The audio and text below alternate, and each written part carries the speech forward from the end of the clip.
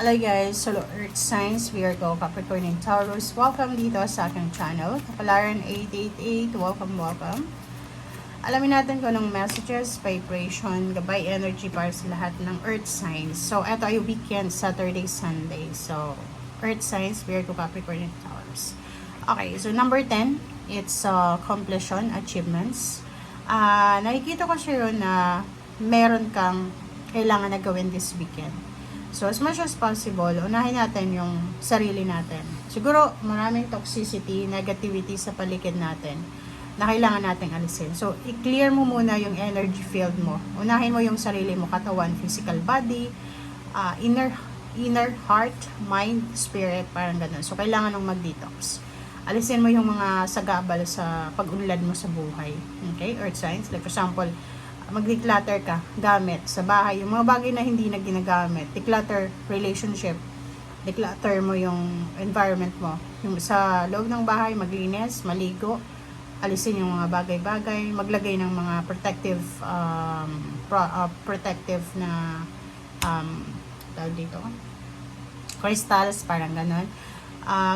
Mag-light ka ng candle or pwedeng mag-smudge ka ng mga incense para mawala yung negative energy. And at the same time, maligo ka, okay? With salt water or kahit na maligo ka lang. And then yun. Okay? So yun. Earth signs. Virgo, Capricorn, Taurus.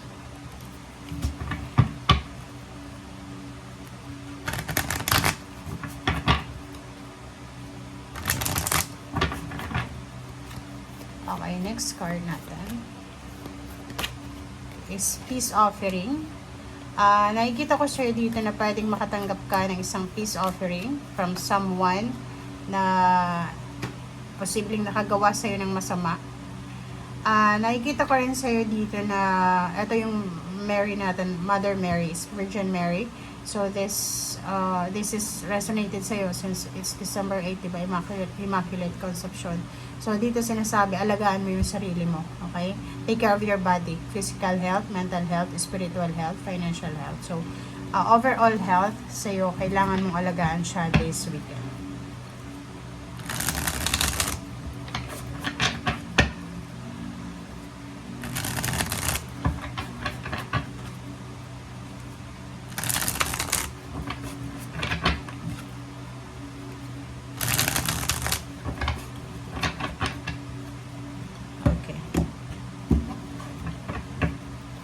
First card natin is Seven of Pentacles. So, Seven of Pentacles, nakikita ko na may hinihintay kang pera or pwedeng naghihintay ka ng harvest season or ng outcome. Mayroon kang itinanim, mayroon kang tinatrabaho and you're expecting in return, positive return.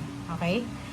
Next card natin is Emperor. So, nakikita ko na mayroong mga earth signs dito na nag-aantay para sa kanilang recognition, awarding, rewards, ano ba yan? O taking, parang ganon. Meron ditong naghihintay ng promotion, salary increase, or anything na higher pa dyan.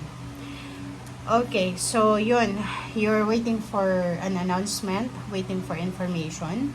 And sa ngayon, siguro sa weekend na to, hindi mo pa alam kung ano yung result dito, so naghihintay ka pa rin. May iba dito na earth signs na posibleng may mag-open na financial portal. So, ito yung financial opening sa buhay mo. Maraming mag-offer ng bagong trabaho, pagkakakitaan, businesses, or lahat ng klase ng source na pwedeng pagkakitaan. Okay? So, kung may mga financial issues ka, may mga utang, may mga kailangan i-settle ng bills or payments, posibleng masisettle mo siya bago matapos yung taon. Okay? Nakikita ko na makakahawa ka ng, or may hawak ka na ngayon na financial lump sum of money. So, nakikita ko sir dito na pwedeng may hawak ka or malaki yung hawak ng pera. Okay? So, nakikita natin yung travel.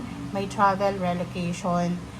Meron kang pinaplano na paglilipat ng bahay. So, nakikita ko na this weekend parang nag-empake ka. Okay? So, nakapag-decision ka na eh. Parang nakikita ko sir dito, nakapag-decision ka na umalis, lumipat ng trabaho or maghanap ng ibang trabaho. Okay? So, nakikita ko yung 10 of Pentacles dito. Yung 10 of Pentacles is lump sum of money, inheritance, payments, payouts, family, family money to. So, nakikita ko kung hindi man ikaw yung mayroong pera, posibleng may kapamilya ka na malaking pera yung hawak niya. Okay? Comment down below if you're in a relationship, if you're married, if you're, alam mo na, magka-relasyon lang or pwedeng live-in partner, isa sa inyo ay nangangailangan ng lump sum of money or malaking halagang pera. And nakikita ko na mag-iingat ka dahil baka hindi naman totoo yung perang yan na hinihingi sa'yo. So, kailangan mong magkaroon ng awareness dito. Nakikita ko na pagod ka physically.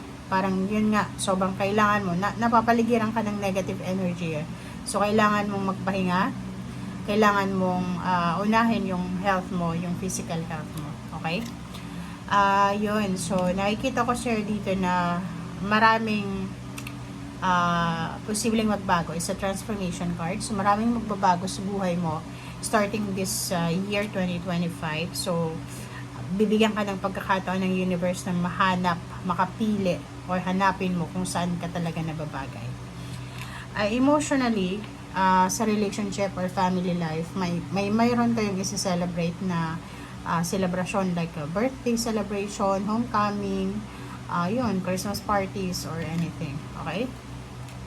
Meron dito na homecoming or pwedeng reunion, pwedeng dalawang mag-asawa sila or mag-boyfriend, girlfriend, magnanay, magtatay. Merong reunion na mangyayari. So, posibleng merong inihahanda ang iyong pamilya na celebration para sa'yo or ikaw yung naghahanda ng celebration para sa pamilya mo. Okay? So, next card is Page of Cups. Etong Page of Cups na to is offer of relationship. Nakikita ko na yung iba sa inyo dyan, may gustong pumasok sa buhay nyo. Ingat ka lang kasi baka third party yan if you're in a relationship. So, sinasabi ng barahan na hindi lang relationship yung ino-offer sa'yo, intimate, hindi lang love life, pati collaboration. Like, merong isang tao na posibleng gusto kang kunin as business partner or pwedeng may isang tao na gusto kang kunin as additional worker sa kanyang company or may isang tao yun na gusto kang kunin para sa kanyang trabaho. Parang ganun. So, nakikita ko sa'yo dito na yun yung bigyan mo ng focus kasi andito yung King of Swords na sinasabi na kung bibigyan mo to ng sobrang focus, talagang makakaalis ka sa scarcity dito, financial scarcity. So, pwedeng international work, international career.